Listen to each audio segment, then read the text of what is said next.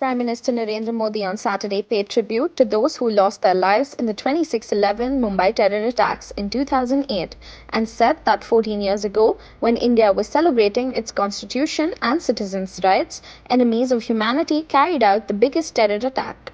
Speaking at the Constitution Day celebrations in the Supreme Court, PM Modi also paid tribute to B.R. Ambedkar and all those greats who gave us the Constitution and reiterated the commitment to fulfill their vision for our nation.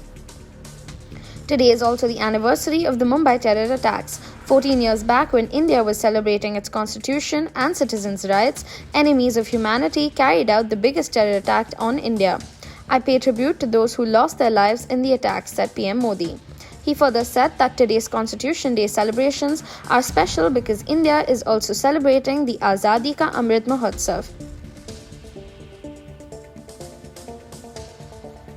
At least 174 people, including 20 security force personnel and 26 foreign nationals, were killed and more than 300 others were injured in the terror attacks carried out by 10 gunmen from Pakistan-based terrorist organization Lashkar-e-Taiba.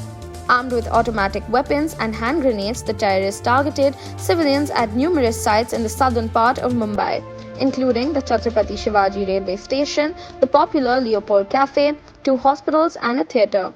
While most of the attacks ended within a few hours after they began at around 9:30 p.m. on November 26, the terror continued to unfold at 3 locations where hostages were taken: the Nariman House, where a Jewish outreach center was located, and the luxury hotels Oberoi Trident and Taj Mahal Palace and Tower.